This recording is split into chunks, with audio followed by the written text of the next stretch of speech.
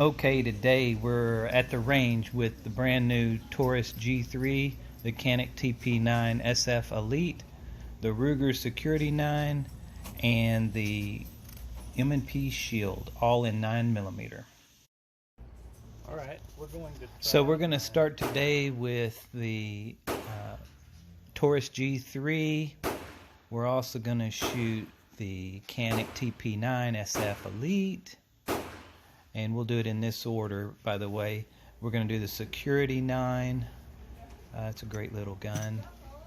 And we'll wrap it up with the M&P Shield in 9mm. So the ammo that we're going to use is the Winchester white box. It's just a good, we're going to shoot some of this Remington green box is what I call it, and some NATO Winchester also. Start out at 7 yards. Okay, we're going to start at 7 yards, and this is my first shots with the G3. It's cold, I'm cold, and so never had a bullet shot through it unless Taurus does it from the factory.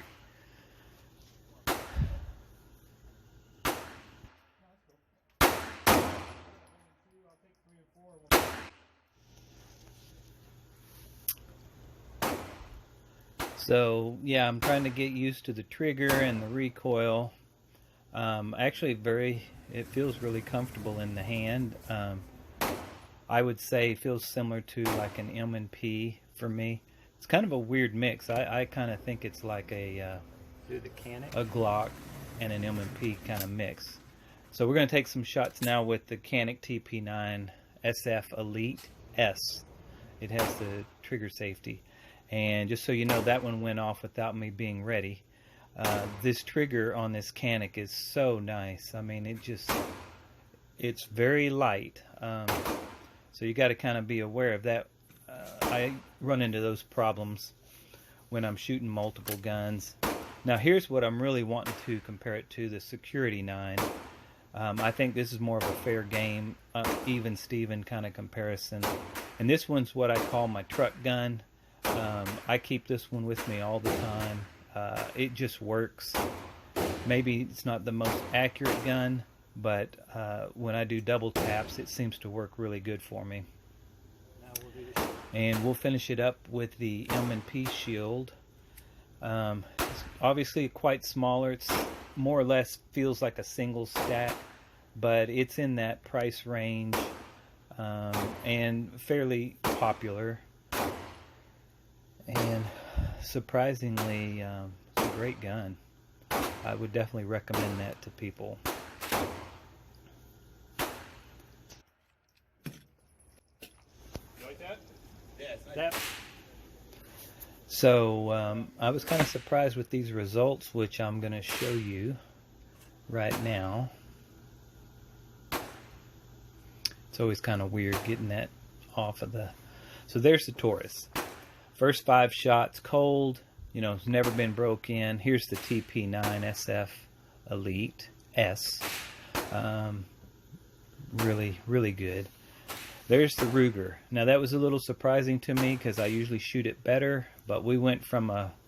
And here's the M&P Shield. Now check that out. Is that not great or what? I mean, that's pretty impressive.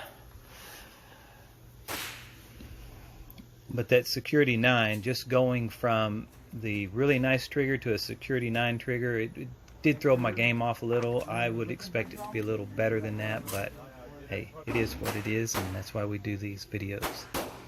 Now we're going to shoot some of the green box. Remington 9mm at 7 yards. Same order. We'll start with the Taurus. Now I'm feeling a little bit more comfortable with all the guns. I would say I'm pretty much warmed up now. So I'm going to take my time and, you know, see if I can't get a better group on that. Because I think most guns are capable of shooting good groups. It's just more or less the shooter and how comfortable you are with the gun. And, you know, if you're having a good day or a bad day. What we will find out, without giving anything away yet, is that different ammo does make a difference in individual guns. So when you find one that works, you know, it'd be nice to take note of that. This TP9, telling you that thing is nice. You know, if you can only afford one gun and you're on a budget, I just highly recommend the Canik series. And yes, I'm calling it a Canik. I know it's Canik or something like that, but hey, I'm from Texas, and that's how we roll. Security 9, another great gun. Wouldn't put it down at all. You know, don't worry about me shooting it how I shoot. You know, check one out yourself. Make your own decisions. See, the recoil is really nice on that one if you look. You know, I'm not going to call it a Glock or anything like that, but I can tell you it's a good gun.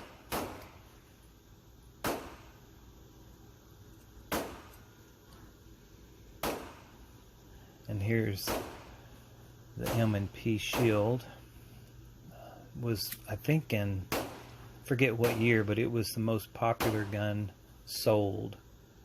And somebody down in the comments might be able to tell me what year that was, but that's when I bought one, because everybody wanted one. It really feels good in the hand for a carry gun, especially if you're wanting a subcompact. Trigger's nice. Recoil's a little bit, you know, extra with a smaller gun like that, but it points great.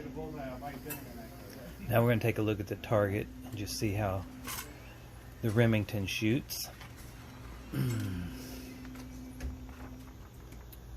So there it is, about the same size grouping, although I did get more centered. Look at that TP9. I mean, and that one that's high was theoretically because that trigger is so awesome. Now here, the Ruger, it really shot good on this one. There's 4 in one hole, or, you know, kind of a slotted hole, and one below. And the shield, another great grouping of bullets there. You know, one down low. That's typical for me, is I've always got one flyer, so I need to work on that. And I think we're gonna shoot the NATO now. So this is 124 grain, loaded to NATO specs. I mean, it's an okay ammo, but you know, just pick one that your gun likes, and if your gun likes this one, maybe that's the one for your gun. And that's just what I had on hand. I just wanted to test some. But here we go with the Taurus again, the G3.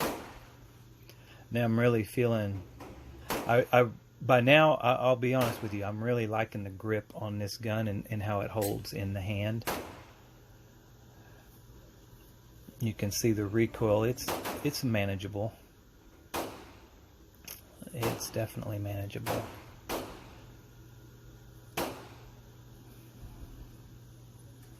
Then we'll give the Canik another try. I really wanted to shoot this a lot, but it's more or less about the G3.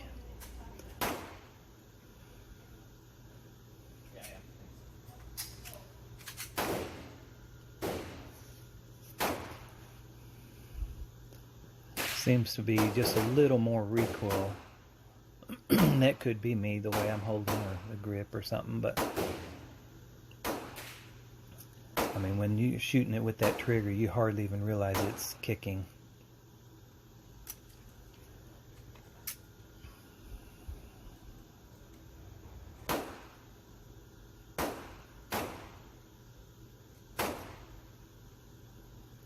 See how snappy that one is? It comes right back. It makes for great follow-up shots. So I have tested several guns with the double taps and things, and the Ruger does score high for me with that. And the shield, I cannot get that slide to drop with the slide hold open lever. It's stuck. I don't know what the deal is, but I can't get it to open. Of course, I kind of like to slingshot them anyways.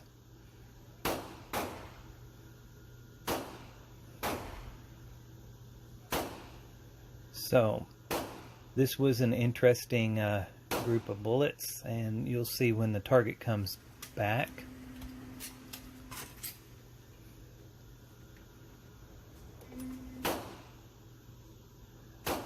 And voila! Look at that. The Taurus likes that ammo. So that was loaded a little bit hotter. So, like I said, once you find an ammo that works good, and being that these were hotter, they shot higher for me. And that trigger, I'm going to blame those flyers on the trigger. That was just something. Ruger did not like it. Did not like it. And I'm not going to even try to blame it on me. I think it was the gun. But once again, the M&P shield, it just killed it straight across. So, you know, under no stress and, you know, your target shooting, it would appear that the M&P shield really had the best set of groups all around. So that's just my copy. It's only one example of one, and take that for what you think. I'd say the Canik took second place on that. Then the Taurus, I'm going to say that's third, and the Ruger came in last. Now, if this was a double tap experiment, it'd be a whole different ball of wax. And I'm going to actually try that right here. So let's see how this turns out. And I bring it into 5 yards. We're looking at 15 feet at 5 yards. See those follow-ups? That felt real good. 5 shots, 5 yards. Just, you know, kind of rocking them one right after the other. We'll do the Canik.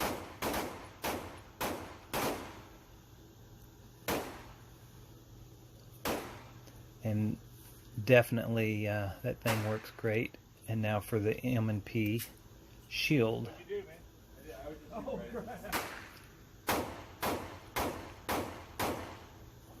Yep, look pretty good. Look very good, at least from this angle. So now we'll. I'm kind of evaluating it, and I'm a little bit surprised. So let's bring it in and take a look, and I'll tell you what we got here. So for the G3, it's about, that looks like about 6 inches, about a 6-inch group. I got 5 over to the left, you know, low and to the left. My Canik, shot for the center, I got, that looks like about 3 inches. It was definitely dead center. And here's the bummer. Do not like the way that shot. I don't even know where they all went. But I did eventually find that shot up in the top right grouping. There it is, right there. So that's a good foot, over a foot grouping. It's just terrible. Now, once again, this is me. I don't train this way, but that's the way it shot for me. So I'm just going to now sling some bullets, kind of put some reps through this gun, trying to get it to, you know, break it in. And this is my double taps. My target's already been shot up, and I'm not too worried about that. I'm just, you know, this is what I call sight shooting. I'm not necessarily looking at the sights, although I'm semi-controlling where I'm aiming. And I'm just running through what I have left in the boxes. I did end up shooting about 50 shots like this.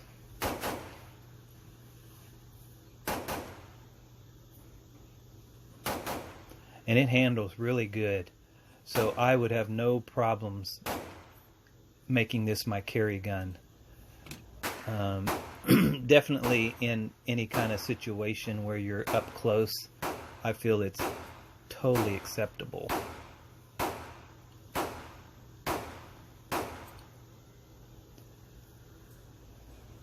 And with this being the double taps, I'm at 3 yards. and I didn't show the target.